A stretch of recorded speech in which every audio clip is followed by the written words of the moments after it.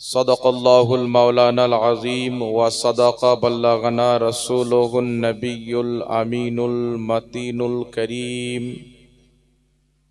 व नहनु अला ज़ालिका लमिनश शाहिदीन वश्शाकिरीन वल्हम्दुलिल्लाहि रब्बिल आलमीन।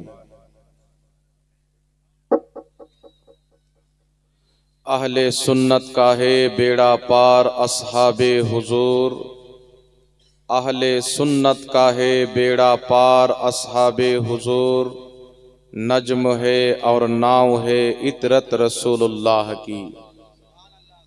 अल्हम्दुलिल्लाह, समस्त तारीफ प्रशंसा गुणगान মহান রব্বুল আলামিন ওয়াহদাহু লা শরীকের জন্য, যে আল্লাহ ব্যতীত কেউ ইবাদতের যোগ্য নয়, যে আল্লাহ ব্যতীত কেউ সেজদা পাওয়ার যোগ্য নয়।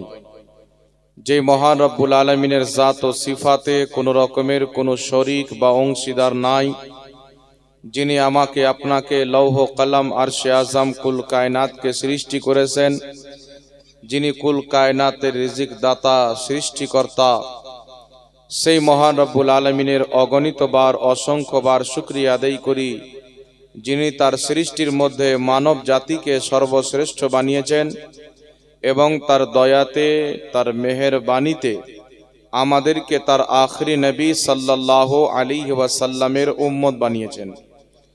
তাই আমরা সকলে অন্তরস্থল থেকে মহান রব্বুল আলামিন ওয়াহদাহু লা শরীকের শুকরিয়া আদায় করি। সকলে পাঠ করুন আলহামদুলিল্লাহি রব্বিল আলামিন। আল্লাহ তাবারাক ওয়া তাআলার হামদ ও সানার পর রসূল আকরাম নূরে মুজাসসাম সরওয়ারে দো আলম রহমাতুল্লিল আলামিন শফিউল মুজনবিন আনিসিল গারিবিন রাহতে আশিকিন মুরাদুল মুমিনিন সয়্যাহে লামাকা নাজিশে কওনো মাকা, মক্কার সর্দার মদিনার তাজদার মা আমিনার লাল আব্দুল্লাহ নয়নতারা, यतीमों का सहारा बेचारों का चारा, शफातेर कांडारी रहमतेर भांडारी, कल कियामतेर कठिन दिने सुन्नी सहीहुल अकीदा मुसलमानदेर सुपारिशकारी, ताहा व यासीन सिराजा मुनीर बशीरो नजीर हाजिरो नाजिर, अहमदे मुस्तफा जनाबे मुहम्मदुर रसूलुल्लाह सल्लल्लाहु ताआला আলিহি ওয়া আলিহি ওয়াসাল্লামের প্রতি অগণিতবার অসংখ্যবার দুরূদ ও সালাম বর্ষিত হোক, গর্বিত হোক। সকলে পড়ুন আল্লাহুম্মা আমিন। মঞ্চে উপস্থিত সম্মানিত বাওয়াকার উলামায়ে আহলে সুন্নাত ও জলসা কমিটিগণ, হাজিরিনে মজলিস, ইসলাম দরদি ভাই ও বাবুজিরা, পর্দার আড়ালের মা ও বোনেরা, সকলকে আমার আন্তরিক সালাম ও শুভেচ্ছা জানিয়ে মহান রব্বুল আলামিনের মহান দরবারে তার মহান নবীর ওসিলা দিয়ে দোয়া করি যেন আল্লাহ পাক আমাদের সকলের উপস্থিতিকে কবুল করে আমাদের সকলের পিতা মাতার মাগফিরাত করেন এবং আমাদের গুনাহ খাতা মাফ করেন। সকলে পড়ুন আল্লাহুম্মা আমিন। বিরাদর ইসলাম, আজকের এই পবিত্র জালসা ইসলামিক ধর্মসভা, জালসা দেওয়ার উদ্দেশ্য নেক হতে হবে। ইমাম বুখারী রাহমাতুল্লাহ আলাইহি 6 লক্ষ হাদিস মুখস্থ জানতেন। কত লক্ষ বললাম? 6 লক্ষ হাদিস ইমাম বুখারী রাহমাতুল্লাহ আলাইহি মুখস্থ জানতেন। আর সেই 6 লক্ষ হাদিসের মধ্যে 1 লক্ষ হাদিস সহিহ, তার মধ্যে 7000 কত হাদিস যাচাই বাছাই করে ইমাম বুখারী রাহমাতুল্লাহ আলাইহি বুখারী শরীফের মধ্যে লিখেছেন। তো ইমাম বুখারী রাহমাতুল্লাহ আলাইহি সর্বপ্রথম যেই হাদিস খানা নিজের কিতাব সহিহ বুখারীর মধ্যে উল্লেখ করেছেন, প্রথম হাদিস হচ্ছে ইন্নামাল আমালু বিন্নিয়াত। প্রত্যেক আমলের ফল তার নিয়তের উপরে ডিপেন্ড করবে। যদি কোনো ব্যক্তি ইলম অর্জন করে দুনিয়া কামানোর জন্য, সেই ব্যক্তি দুনিয়া পাবে কিন্তু আখিরাতে তার কোনো উপকার হবে না। যদি কোনো ব্যক্তি শহীদ হয় ইসলামের জন্য, আল্লাহ আল্লাহ রসুলের জন্য, সেই ব্যক্তি আখিরাতে শাহাদতের বদলা পাবে। নামের জন্য যদি শহীদ হয় তাহলে কিয়ামতে তার কোনো বদলা পাবে না। যদি কোনো ব্যক্তি নামাজ পড়ে আল্লাহর ভয়ে, আল্লাহকে খুশি করার জন্য, সেই ব্যক্তির নামাজ প্রযোজ্য হবে, কবুল হবে। পৃথিবীর কোনো ব্যক্তির ভয়ে যদি নামাজ পড়ে তার নামাজ তাকে কোনো উপকার দান করতে পারে না।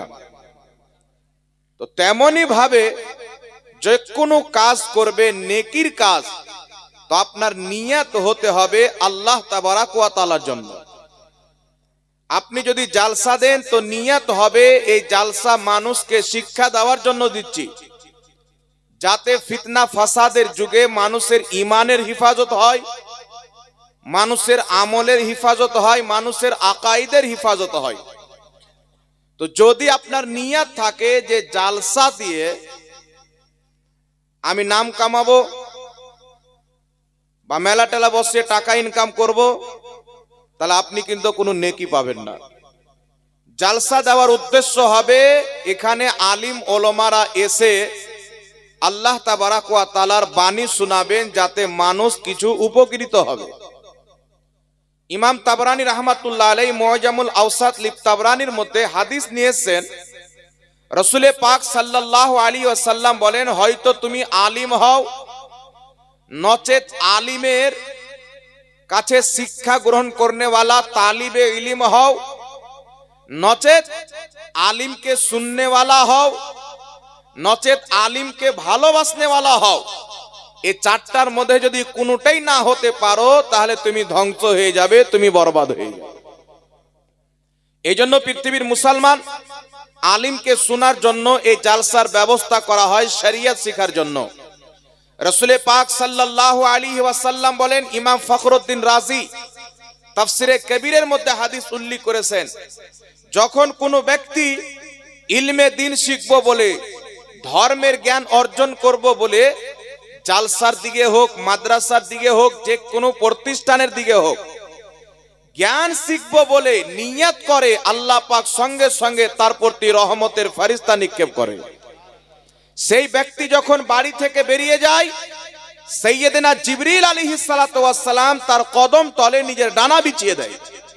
সেই ব্যক্তি যদি রাস্তাতে মারা যায়, আল্লাহ সুবহানাহু তাআলা সেই ব্যক্তিকে শহীদের মর্যাদা দান করে। এই জন্য পৃথিবীর মুসলমান, আজ আপনারা জালসা শোনার নিয়তে এসেছেন, আপনারা হলেন তালিবে ইলম। আর বর্তমান পরিস্থিতিতে, বর্তমান যুগে যদি ঈমান বাঁচাতে হয়, আকীদা বাঁচাতে হয়, তাহলে সুন্নাতুল জামাতের আলিম ওলমার বক্তব্য শুনতে হবে, তাদের সাথে মহব্বত রাখতে হবে, সম্পর্ক রাখতে হবে।